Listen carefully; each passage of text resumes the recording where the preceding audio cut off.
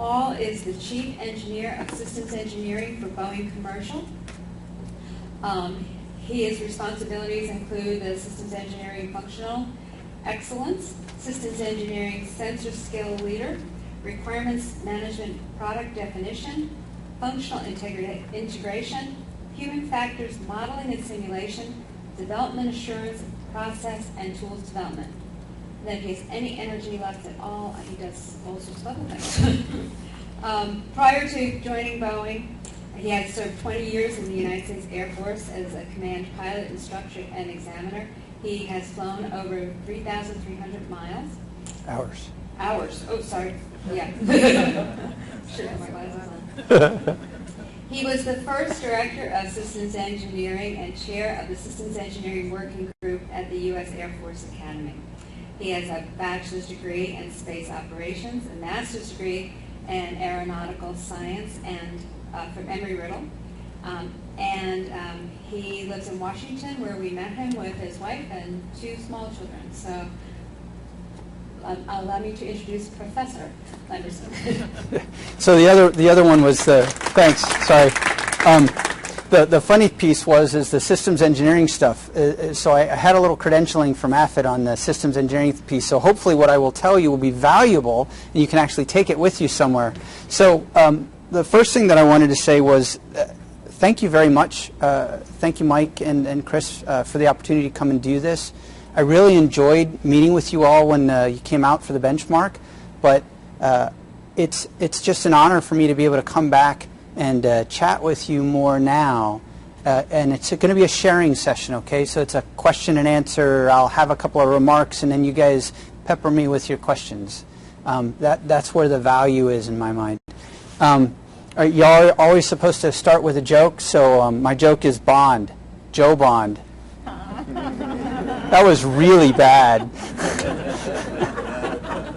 Okay, so the other thing is you know, you never really want to be a victim of timing, right? And so I've got the slot of after lunch, so don't fall asleep on me.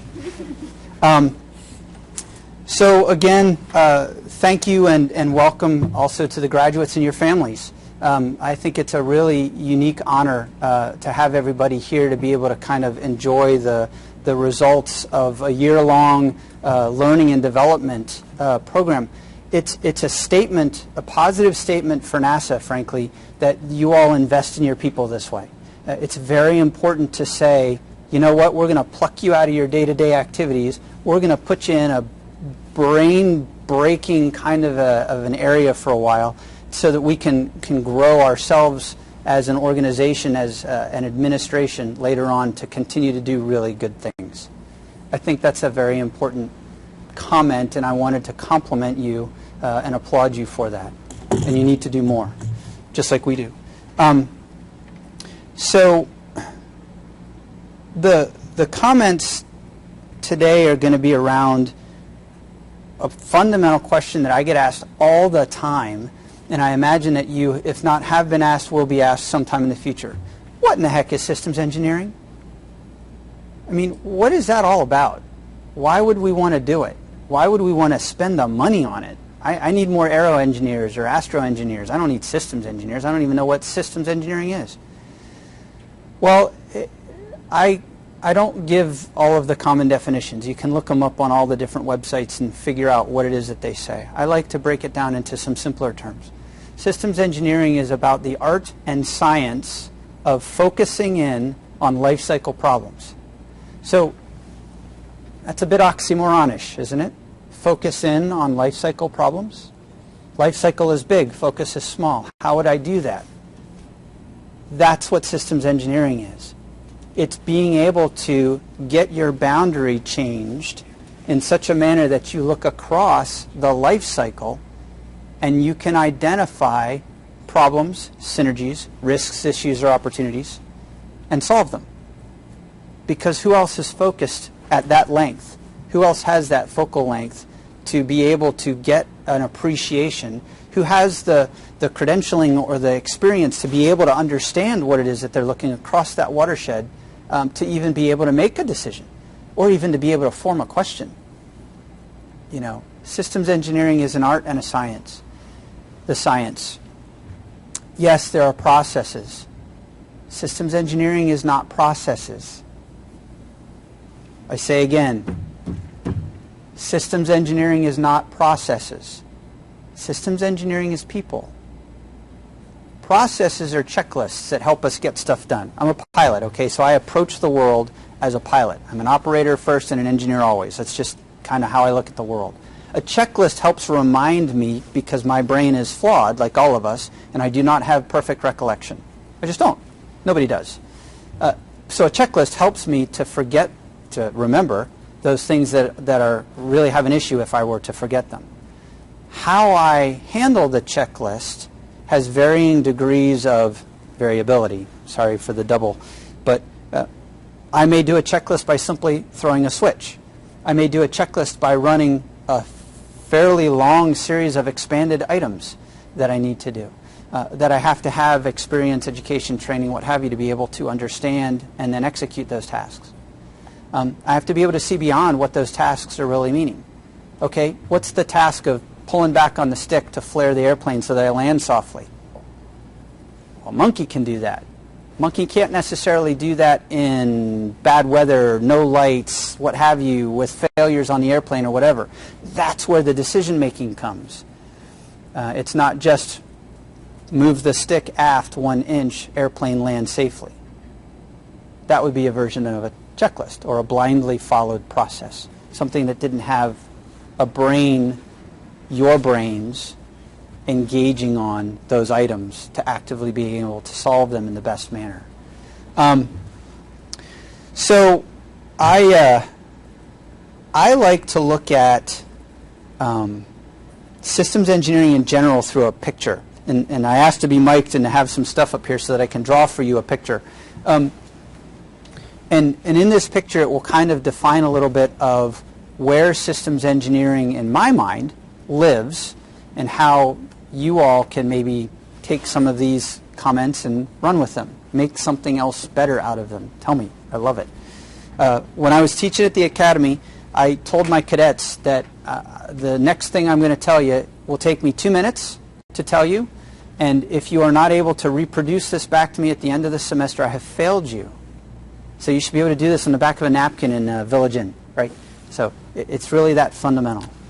And it deals with the difference between cost, knowledge, commitment, and then ease of change. And ease of change I'll do first. So somebody start the clock. Ease of change. It's easier to change something early on, right? Commitment. We make decisions early on in a program to a very high level of, we're going to go do this. Hey, let's build a composite airplane. Knowledge. Knowledge always trails decision. We never make decisions with perfect knowledge. We're just not built that way. Do you know how hard it is to build a composite airplane? Right? Let's build one. Oh my gosh, we've made that decision. Cost. Sometimes, maybe shortly, maybe not so short, after the knowledge of the decision that we made, we recognize the cost. Do you have any idea how much it's going to cost to build a composite airplane? Not just an aluminum airplane out of composite. This is your life cycle of the product. Then you've got the production system. Then you've got ops and support. And then you've got retirement. So, how'd I do on the clock? Minute 20. Excellent. Usually I'm at 60 seconds now, but I'm getting a little long-winded. So, systems engineering lives here. Primarily. More than primarily, systems engineering lives here. We're not going to fund the bigger ring for lots of reasons, but to the smaller ring, that kind of hones in what where our brains and our energy should be from. This graph, by the way, not the circles or the discussion around the graph, but the graph itself is found in Blanchard and Fabricki's Systems Engineering Volume 4. It's the textbook that I used to use at the Academy, so it's totally easy to find, open source. But the discussion around where systems engineering lives is something that I think is to be internalized by all of us.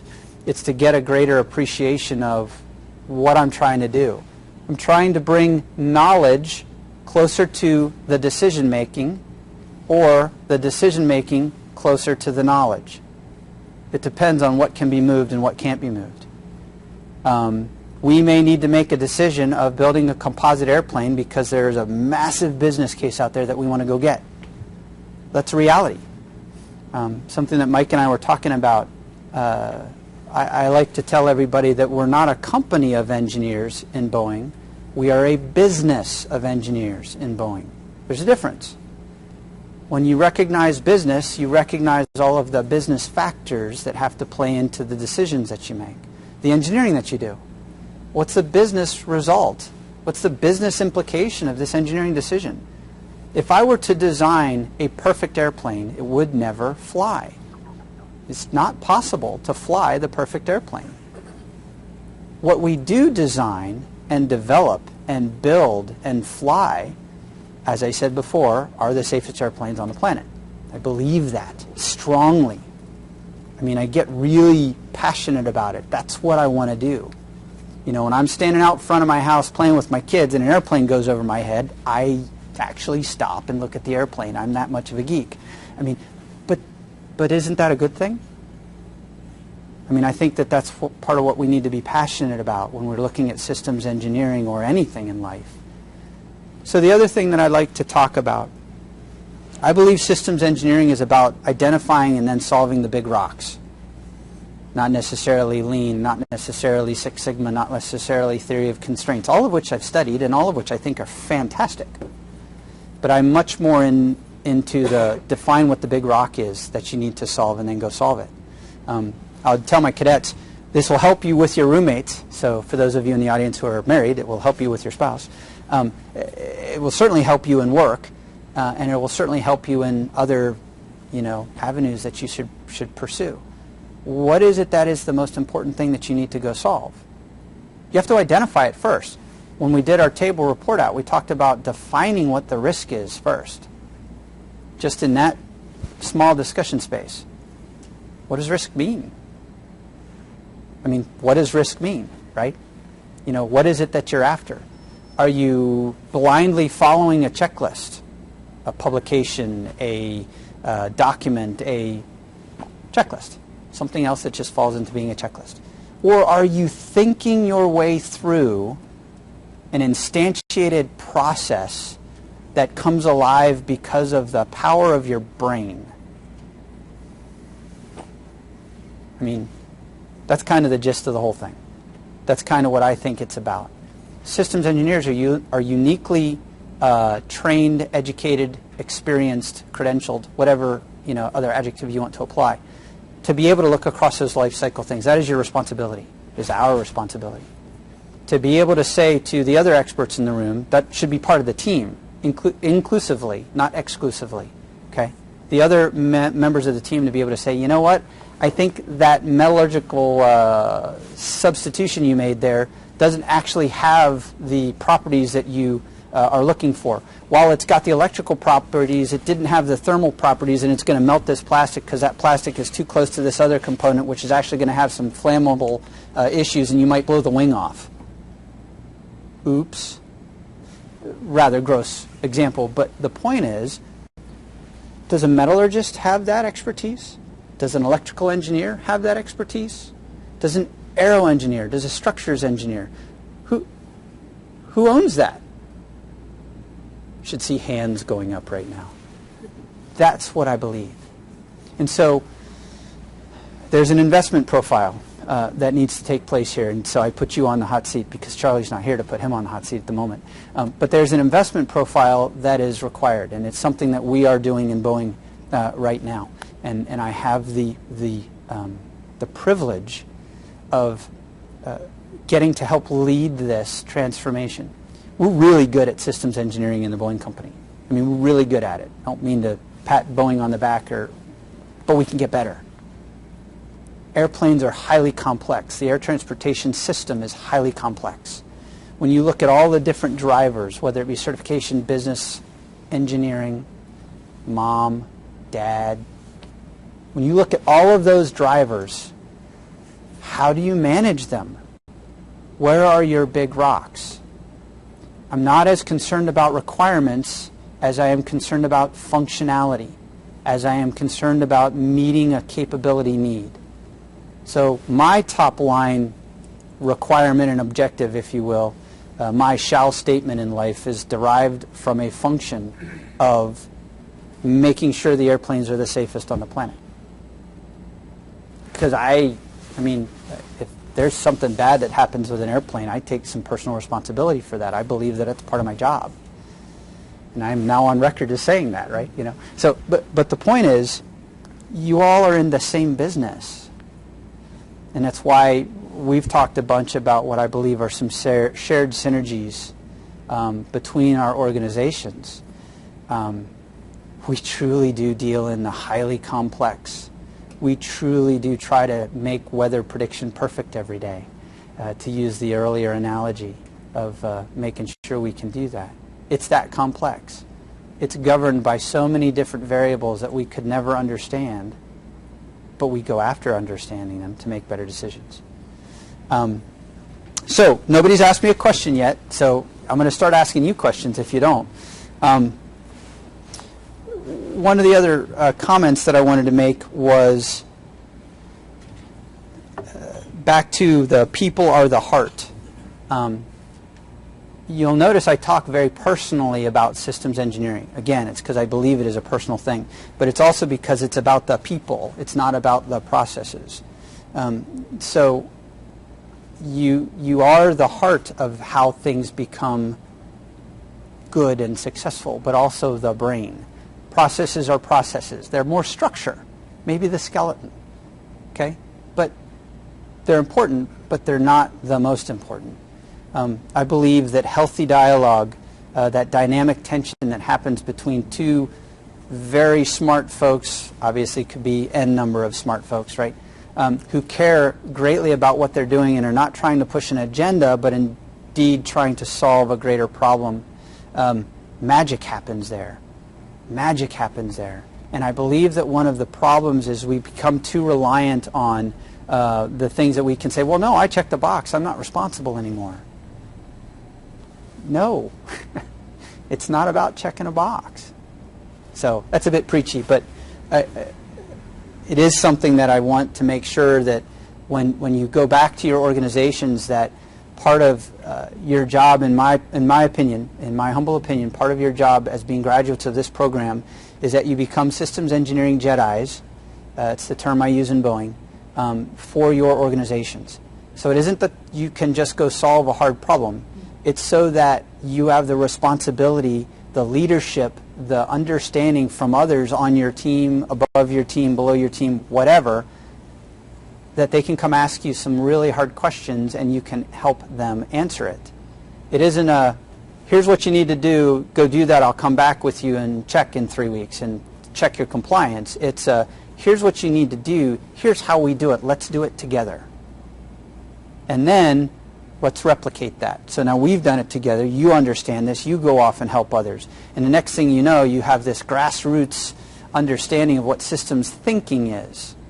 So I'll bridge into an aside for a second. Who in here knows what the systems engineering V model is? Yay, I got some people raising their hands. I like that picture. Why do I like that picture? It looks like the V. So Peter Senge's fifth discipline. Who recalls the cover of the book? Oh, it's Roman numeral 5, which is also a V. And the fifth discipline is indeed systems thinking. That is the discipline by name. So the point is, as systems engineers, you have the greater knowledge, if you will, of the systems engineering discipline, but then you are also supposed to help everybody else understanding what the systems thinking is. Here's a great example, right? I need to buy a battery. I need a power source. So I can buy a $1 battery that lasts me 1 year, or I can buy a $3 battery that lasts me 4 years. What's the better buy? It depends. Did I say this story already? Why does it depend? What's the life cycle of the thing that battery is going to power? If it's a 1 year life cycle, why would you buy a 3 year 4-year battery. Buy the 1-year battery. So what if it costs you $1 as opposed to 75 cents over a course of 4 years, which the $3 4-year battery would have cost you? Yeah, that's a life cycle question answered with systems thinking, not systems engineering. You're not building, a fully decomposed and traceable set of requirements that meets a certain function that has allocation, and you get the joke. At least I hope you get the joke. So, one of the other things that I think is interesting is part of the similarities between our organizations. I think your centers act in some ways as our sites do in Boeing. Commercial airplanes, we have a few major programs, hundreds of airplanes in each program, thousands of airplanes across the enterprise of what we do. Our defense side has hundreds of programs across all these different sites. Some of those programs are easily manageable within the boundary of a site. Some cross a couple of other sites. It gets a little interesting. I think saying it gets a little interesting probably resonates with the NASA folks, right? Because when you're dealing with centers, you're dealing with different cultures trying to solve similar problems. Some of those cultural differences meet very good business needs and should be respected. And some of those cultural differences are just unnecessary cultural differences. And those need to be found and changed. It doesn't diminish the reason that perhaps they came into existence in the first place, but perhaps they didn't have a good reason to come into existence, they just did. So I believe we share more there. But another piece is, I believe that the mission of Boeing, so when I retired, it was very hard for me to leave the service. I'm a service guy, okay? Graduated from the Air Force Academy, 20 more years wearing a uniform. I mean, it's all I've ever done. So when I made the decision to quit deploying and actually be a dad and stay at home a little bit more than I had been, Boeing is the only place I wanted to work. Because to me, it's a service organization. Boeing connects the world. That's what we do. You guys share in that, and you connect beyond the world. Talk about your elegant solutions, to quote another pretty good systems engineer, Mike Griffin. So, yeah, good stuff. And I believe, again, that's where we share some partnership and some shared responsibility to that. Now, I know, any kind of discussions or partnering always has to go through other levels of work. But to understand a common vision or a shared goal, I think is important.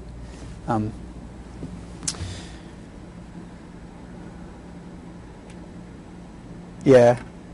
So I wrote this last comment down as kind of a joke, but I believe it. Arguably, we do the most complex systems engineering on ... and beyond the planet. That's special work. So this is a comment to the families. You should be mightily proud of your graduates that are in the room today. Mightily proud. This is an achievement. This is special. For the management team, colleagues, supervisors that are also in the room, I would like you to kind of recognize that responsibility as well. This is a big deal. It's a big deal. And the graduates have done something fairly remarkable, and I think they need to be applauded for that. So again, my congratulations to each and every one of you. And I haven't had a question yet. Chris is going to start, so let's get to some good stuff. Yeah? So when you asked your question about the battery, yeah, you gave the classic system engineer's answer, what's the life cycle? What I thought you were going to go was, what's the opportunity cost of the $2 that you don't have to spend today on the battery that you could do something else with? But that's part of the life cycle. Well, okay, so the reason I asked the question Yeah. is that we have a bunch of things that we're working on right now that we know because of the funding constraints, we're not approaching them in the most efficient way. if you could make money available when you needed it, we would be doing them a different way. And so we're wrestling always with that. What is the minimum I have to put in the first spacecraft I fly or the first launch vehicle I fly? I'm guessing you guys must do the same thing when you say what's the minimum first wave of airplanes I can deliver, and which things have to wait to go into a second wave or a first upgrade, or the first company that wants to do something different with them or something. So, I don't normally see that kind of thing treated in the textbooks. Yeah. One of the teams earlier, I think it was the first team here, talked about opportunities.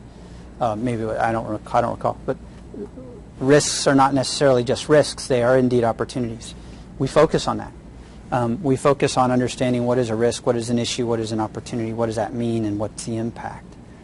We share a difference. We have a difference here, which is that I get to build hundreds, if not thousands, of airplanes, whereas for rockets, usually it's a once and done development cycle. Maybe it'll have more than that, like the shuttle or what have you, but we have a little bit more opportunity to iterate and to adjust. Now, back to the question, though. Understanding opportunities that may be had due to monies that are not spent today is very difficult to capture. And it's difficult because most folks don't want to spend the money on showing it. So what do I mean? It's very hard to demonstrate the positives of systems engineering. It's much, much easier to demonstrate the negatives of poor or non-existent systems engineering. I can show past cost far easier than I can show potential future savings. So your opportunity is I bought this $1 battery for 1 year because this thing's only going to last me 1 year. But, it's only scheduled to last me 1 year, but Lord knows in NASA you build things that last way beyond their life cycle, and it's because you make good engineering decisions, which may not always be good cost decisions. So maybe you put the $4 battery in there. Why? Well, because if this thing lasts 20 years or 4 years instead of 1 year, then maybe I don't have to do another launch. So that's all part of the trade-off discussion. I haven't seen it in textbooks either. I'm a little bit out of that. I'm not as up to speed on that as much anymore. But that's a business trade, right? That's a business decision, and I think it's something that must be considered. So does that answer Yeah, I think so. mostly? I had a question kind of back to that. So for example, right now, we've got what we call a capability-driven framework for our exploration systems development. It has an PCD, crew module, a heavy lift vehicle, and ground systems. And so we're going through this. It's kind of it develops from a smaller vehicle, 70 metric ton capability now, up to 130 metric ton capability in the future. But so we're going ahead and we're designing it for this larger capability, but I don't believe we've really done that kind of trade.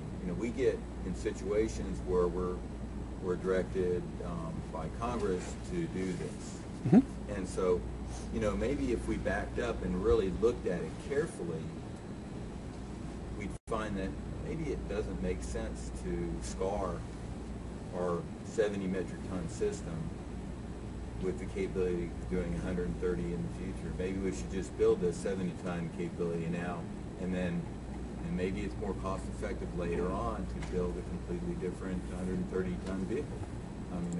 I don't think we've actually gone through that kind of a trade. We're just directed to do this. Well, and of course it depends. In certain cases, if Congress is directing you, then you don't really have the authority to necessarily do the trade.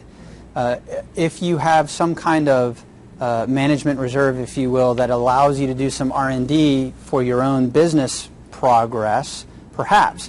But as a government administration, you may not have that leeway. For instance, the guys that are supposed to take the technical stuff off the table is kind of DARPA, right, for some of how this whole flows out. So in that area, you're a little more constrained, perhaps. then we would be in industry. Whereas if I can determine a way to go make a buck and I can sell it to the board, we can go do some of that stuff. And in some cases, I don't even have to do that. I can just do my own set of trades. And so we have a little bit more leeway there. So there's a different way to look at the problem, though, which is then you can re-engage with those who set the boundaries to make sure they understood the problem well enough to set the boundaries that they set. Did your assumptions change? Standard mathematical proof, standard engineering problem. When you look at your assumptions, did they somehow change? If they did, then you can go back to the folks and say, hey, you know, we really need to do this study. But even that costs money. So now you're trades within trades. And again, it becomes quite complex. So, Chris?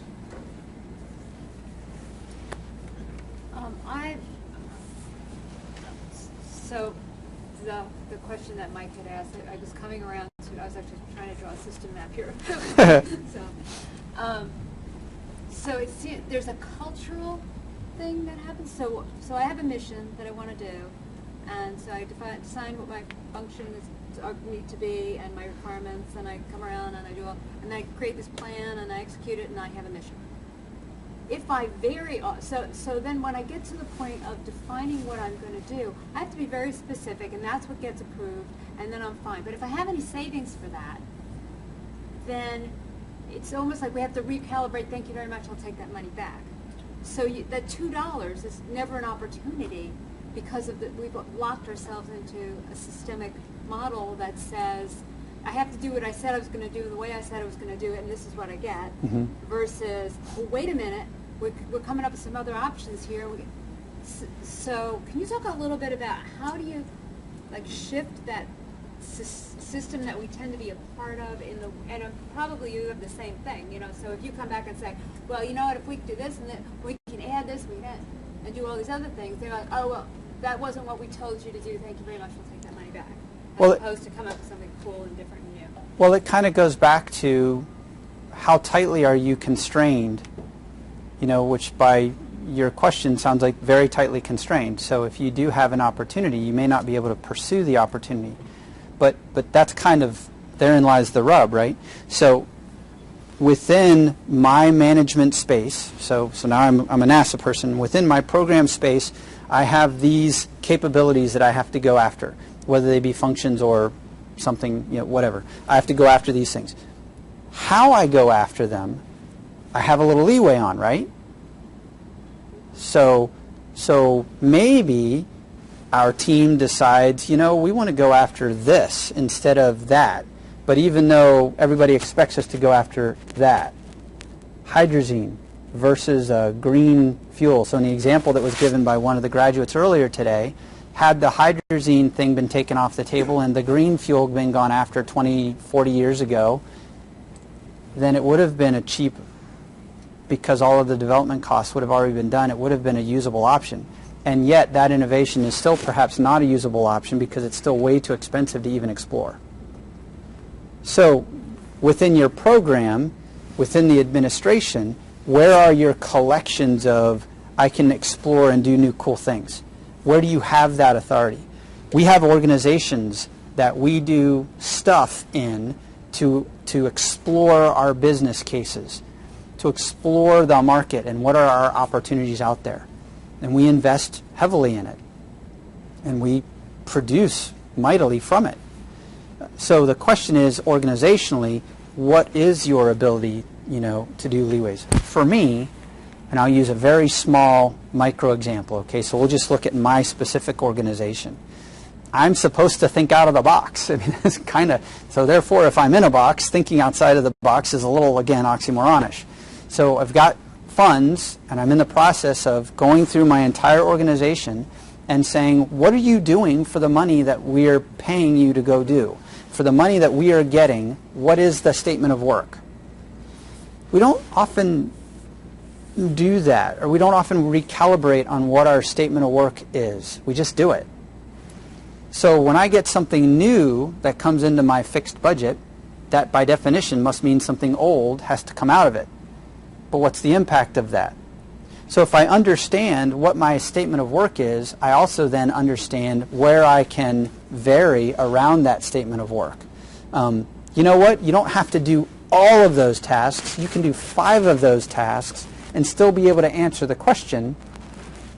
But now I have half a person, half a man year, if you will, to go explore this other statement of work, this other thing that could be really super cool. I mean, one of my colleagues, he's the systems engineering director for our EO&T, so our engineering operations and technology. It's one of our other business units. I call him the candy man because he comes to me with, he's going to kill me now if he sees this, but comes to me with these great ideas. And I say, but I don't have any way to pursue those great ideas. Or I can pursue 3 or 4 of the 20. Okay, well, it's still a great conversation. Keep bringing me the candy. We'll keep looking at it, and we'll go see what we can do. And what's the really cool thing that we're going to create that 5 years from now will be the norm? Now this green fuel, right? 40 years from now is the norm. And everybody's like, wow. I mean, think about it. We would have never had dry ice cream had it not been for the shuttle program. I mean, think about it. How bad off would the world be without that? So I say that because in my classroom with the cadets, I would often talk about spin-offs. And so being able to take opportunities and create something, call it a spin-off if you want. It's not technically a spin-off, but you get the idea. It's in a similar bucket. And move forward with that. Cool. After a while, maybe that business model of innovation, remember, innovation costs money. I'll draw another picture. If I can find my marker.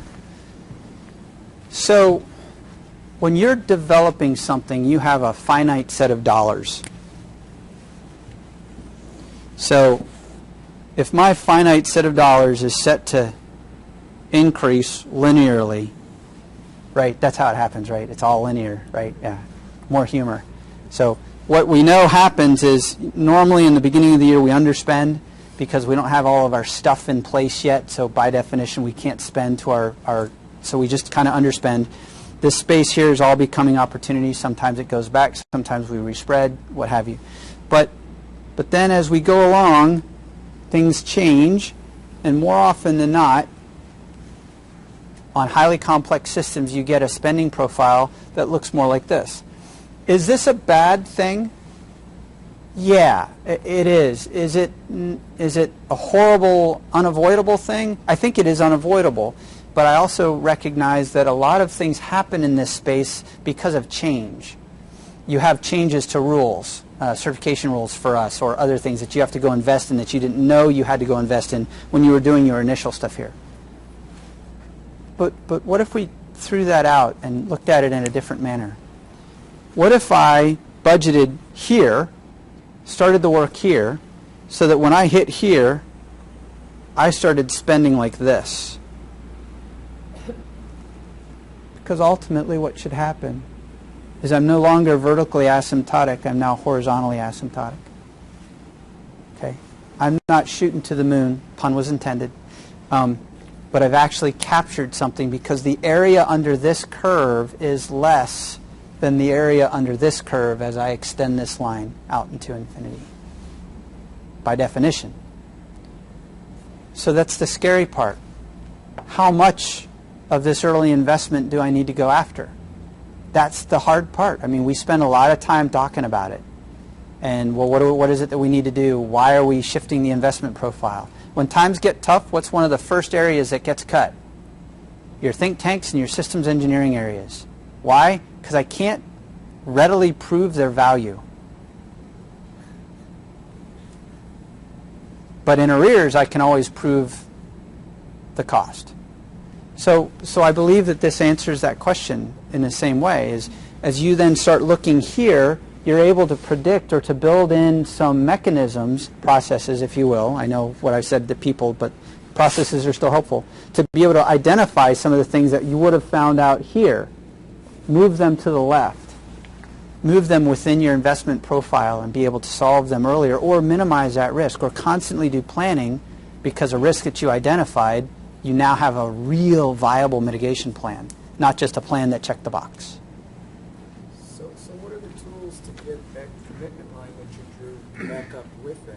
You all are. Pull the knowledge. You all are. So that's where I was going. So I was going to ask you about your knowledge. I just called you a tool. I'm sorry. That's okay. Sharp tool. Yeah. Show tool. So we work as part of the systems engineer. I like where you drew the circle. Our job is to pull that knowledge in so the decisions can be made. But the decisions, as was described earlier, kind of chase away and the knowledge doesn't get time to be pulled in. And we're continuing to chase that. So we need to be able to pull the knowledge in to get that early start you just drew. Yeah. I think everybody in this room recognizes that. Yep. And you can have a logical conversation with everybody up and down the food chain, but today's dollar and tomorrow's dollar are real hard decisions. So how do you experience? Once again, it is all about people. So what I do is I sit down with business leaders and talk to them. Members of my team do, and my leadership team does as well, right? Okay, it's not just me. I'm not the zealot, one of them. But we communicate. We sit down and we say, did you realize that if you don't do this, here is your potential cost profile and here's the historical precedence that demonstrates why what I'm telling you is factual and why you should trust me? Because I've spent a lifetime doing this. And here's more, and you get in a dialogue. So it becomes the Jedi, the systems engineering Jedi, that is engaged with the leadership, those who make the decisions, to either one, delay the decision, or two, bring the knowledge forward to make the decision less risky. Okay, more absolute, more correct, more whatever the adjective is that you want to throw in there. But that's it. I mean, that's the short answer. So are there ways to help illustrate? You said it's a hard problem to say how this worked for you, because we can support Mike and go off on an activity and we help him push the rock up, but at some point we have to get folks to buy into it. So are there other techniques other than having that same conversation? Because we've had that many times, and we will continue to have it. This isn't a surrender, but if there are other opportunities, techniques, or ways we can drive that discussion. Sure. So this is an area where process helps you, right? So where you have requirements review boards for a requirement set, where you have a change review board for a design change or what have you, where you have a whole bunch of other different acronyms that I won't throw out. You all have the same acronyms, right? To be able to go through and look at these things where you have by rule a set time and place that people have to sit down and talk. But again, that's it. It's all about the people sitting down and talking and having that dynamic tension in those discussions that then meets out the best solution for the people who knew the information at the start. So really, it is about the conversation, whether by process the conversation is required or by integrity and gut, I force the conversation. And I walk into a vice president's office and say, you're about to commit a grave error that is dumber than dirt, and we're going to close the door and have this out until you get it. You don't want to do that too often, just saying. But I believe that is a strength of our company. Is I define commercial airplanes. I mean, we're some 70,000 people, right? And commercial side, and double that again for the defense and EO&T sides. But I view us as a very small company. I really do. I really do. Because we kind of all know each other at the leadership level down to all across. Because guys have been there for 2, 3, 4 decades. I just retired a gentleman who is, let's see, I think I can say it this way. Yeah. So he is well into his 80s. He's been with the company 50 plus years. Yeah. But think about that. He knows everybody. So for him, it isn't hard to pick up the phone and say, hey, Jim Alba, that would be our president and CEO for Boeing Commercial Airplanes, that's dumber than dirt, what are you doing? And the guy on the other end of the phone would have the wherewithal to recognize that what he's hearing from the individual is either good because this individual has a track record of goodness, or, I don't really need to spend any time on this. This guy calls me too much. But we are a small company in that way. Yes, ma'am. I saw a story, and I didn't get the whole story, so the story on the gentleman that was hired to change the face of J.C. Penney's. And what I noticed about that story, I caught the end of it, but apparently he knew what people should want and decided that this is the way Penny should do it now. Don't give them the thing that you made them ask for. Give them what, treat them like, hey, this is what we know you, we know what you want. In systems engineering, so what I've noticed is it's always important to try and figure out what is it you really want, and then figure out a way that you can incorporate enough of what they want to get to where you need to go. And often you may have to step back off of what may seem to make the most sense. Mm-hmm. And my question to you, in thinking in terms of that, it sounds, and you've actually said it, it's the people involved. You have to know the customer. You have to know and understand what it is you're trying to wrap your arms around. In spite of what you think you know, you got to hear everybody's knowledge and get them all involved in how this all works. And that is part of the art. Mm-hmm. And the science piece, you try to provide them just with enough to help them to understand how you want to drive it, but you don't want them to feel like you're driving them away. Sure. Driving them.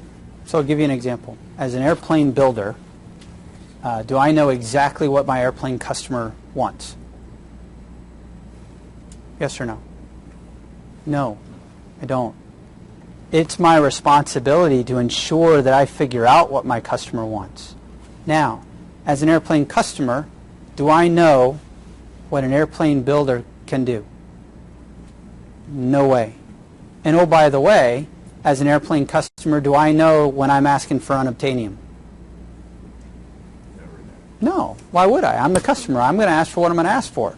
You're the expert. You're supposed to tell me when I'm, off in the weeds. But that's part of the communication that you're talking about. So when we talk about understanding the stakeholders' needs, the customer's wants and desires, I want a teleportation device. Okay, let's talk about that. What is it that you're after? Oh, well, I need to transport this pencil or this vis-a-vis from point A to point B. Ah, okay, good. Where's point A? What do you mean? I'm point A. Come on, don't be dumb. Okay, fine. Where's point B? It's across the room. I would tell you it's far less expensive to use your sneakers than it is to build a teleportation device. Point B is across the ocean. Okay, it's still less expensive to use an airplane or a rocket or whatever to get it to point B instead of a teleportation device. It's in the next solar system. Okay, now we got some really hard trades to make here, because it's super expensive to launch something out of our gravity well to get it to point B. But, oh, wait, we're going to have to launch something, though, if we're going to build the receiving device on the other end. Oh, do we need a receiving device? Maybe we just do a teleport. You see the point? So it becomes this very rich conversation around trades, and it's an explanation of what is possible and for how much. So now we measure cost risk, schedule risk, technical risk against performance risk. What is it that the customer wants? I mean, that's how you do it. So, got a few more minutes. Paul, you touched on something there, though, is I think part of where you were heading is part of this is educating the customer and convincing them that they know. And if I go back to your business, if you read the 747 book about how they got from what everybody thought was the answer of two decks stacked one on top of each other to the wide body, and with no knowledge at all that the customer was ever going to buy into that. Mm-hmm. Do you see those kinds of things happening today, or is there? Yeah, sure. So what's the capability need? More seat miles. That's the capability need. I need more butts and seats across more miles so I can generate more revenue for that one instantiation of airplane X. Well, conventional wisdom would have said, put two levels, stack them on top of each other. Why? What's the better aerodynamics? What if I do a two-aisle? What's a two-aisle? Well, a two-aisle is this, and what do you think, customer? Do you really want a stacked airplane, or do you really want increased seat miles? for lower cost. Well, you just won. There is no other answer to that. It's, well, of course, I want you to meet my capability. I don't necessarily need platform X. And that's how you do it. You have these discussions to where you go on and say, okay, this is what I think the capability is that you're after. That's always the first question. So when you were talking about that, the first question, the first line of agreement is, what is the capability that you're after? You know, and you have that discussion, and then you move off of there. So, and we will continually have that discussion, and I will tell you, I believe that that's again why we have a lot of the successes that we have, because over time our airplanes are recognized and realized to be very high quality airplane, and to have met a maybe unforeseen customer need over the years. So now customers are investing in the hope and the potential of receiving that same benefit by continuing to buy or buying a new, you know, like the 787. Rough road, would you say? Rough road? Yeah, just a little. Yeah, but maybe not. Do we like missing schedule? No. Good grief, no. Terrible. Hate it. Do we like changing the industry as we know it? Yeah, that's kind of cool. And we've changed the industry. Because nobody else can do what we do. I know, I'm thumping the company, sorry. But this airplane is amazing. It's a game changer. And it took a couple more years, you know, to get it done. But it's the safest thing. I mean, it's just amazing. So the point is, while there may have been a rough road, handling complexity, you must expect a rough road. Succeeding, persevering through that complexity has great rewards. And we'll start booking those rewards over the next decade or two. Okay, that was worth it, in my opinion. Awesome. I was just going to ask you a question, sort of to extend it a little more. It was when you said thinking out of the box within the box. Mm-hmm. How often do you think? Say that again? How often do you think you've done? You have to forgive if I have jet engineers. So thinking outside of the box when you're in the box. Understand what your boundaries are. Understand how you can go beyond those boundaries, as a better way of saying it. I was making a joke when I said it. You know, It's real. it is real. No, that's why the joke I hoped was effective. It is very real, because the innovation, the game changer, is definitely is almost always outside of the box. And so if you're constantly constrained, then you can never reap that opportunity. So I'm going to go back to something you said really early on, was that it's all about the people. Mhm. It's all about the conversations that we enable throughout the whole process. But you're talking about engineers, not our number one skill in engineering, right? So communication is always one of those things to say that's a challenge for us. What are you doing differently to enable your folks to have the skills, to have those conversations, to be more willing to walk across the hall than to send 16 emails? I'm going to beat you up for a second first. Okay. Wah! Part of the problem with engineers is we don't like to change. Bad on us. Bad on us to not be willing to learn something new. Bad on us to go, you don't understand, you haven't been here for 20 years. Bad, bad, bad on us. We're the future. Doesn't matter if it's an 80-year-old Boeing employee or a 20-year-old Boeing employee or a NASA employee or a kid dreaming on the street. Bad on you for not wanting to be open to change. So, having said that, how do I enable it? I give that message a lot. So there is some degree of flogging. I apologize. I've been accused of being rather direct. Sometimes you can't take the military out of the man. But it is that. It is a recognition that we are to constantly strive to be better, be more than who we are, to be better than who we are, to learn and gain and grow. I have no doubts whatsoever that my son, who's 6.5, will be way better at electronics than I will ever be when he hits 10. When he hits 10, he will have gone beyond anything I could have ever learned, and but I'll keep playing with him. So it's kind of the same thing, I think. And I think that that's the mechanism. So we have the conversations, but we also have to mentor our teams to be able to be hungry for that bit of new and not just be crotchety. And we get crotchety a lot. And I think that that's part of what we have to break out of. So do you do anything special in Boeing to enable those? Is it a mentoring program? Is it something? Yeah, lots. Structural? Is it? Boy, that is a long answer. Yes, there is training, there is education, there is coaching, there are mentoring programs, there are shadowing programs. We invest a lot in our people. We invest a lot in trying to improve and sharpen the tools in our toolkit.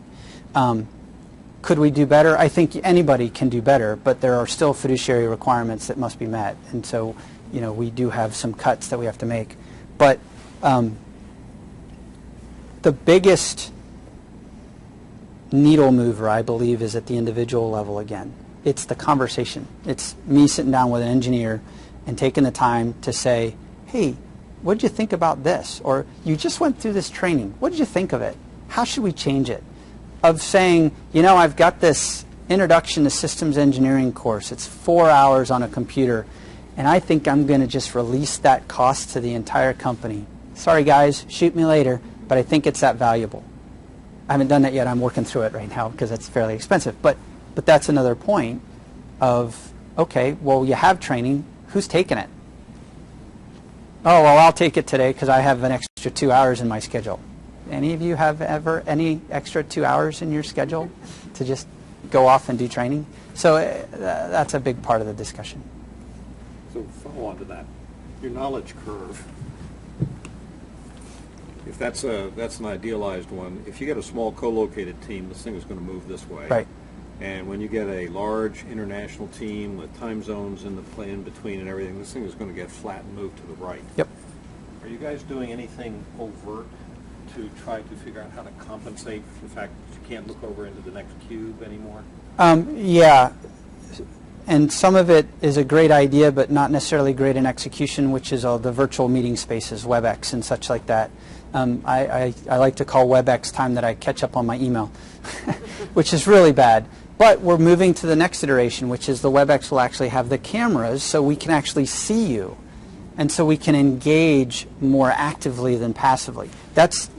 So technology, I think, is a big portion of how to do some of that space.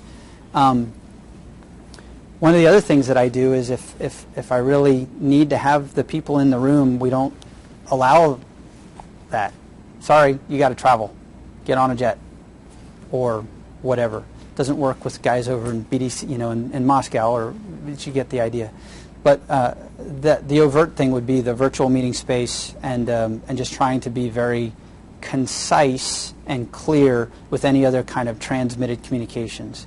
So do you see anything within the company that it changes how the system engineers have to do their job when they know they've got this additional disruption in the communications and noise that creeps in?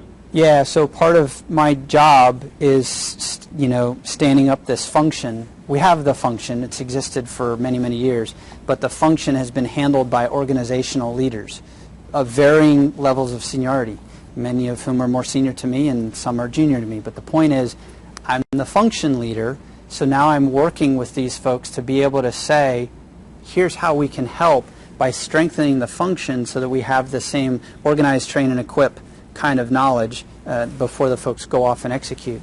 So I believe in a strong core, if you will, systems engineering organization that leads the function as well, because then you keep the knowledge the most current and the freshest. I think that also enables this, because now if I know, it's just like a military deployed organization. The Air Force, organize, train, and equip. But the intent is so that when they take me, Aircraft Commander X, on a C-17 and put me over in the desert, they know that I have a certain skill set that they just rely on. Now, above that skill set, I might be good, I might not be so good, whatever. But there is that baseline of skill set. by having a strong core function, you can enable that. You can also enable a team that can shoot into problem areas and fight fires.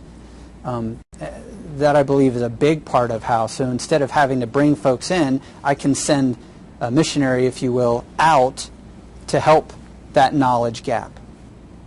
So we do that a lot. We have a fellowship program across the company, Associate Tech Fellow, Technical Fellow, and Senior Technical Fellow, and they do a lot of that kind of work. We are working within systems engineering to strengthen that role as well.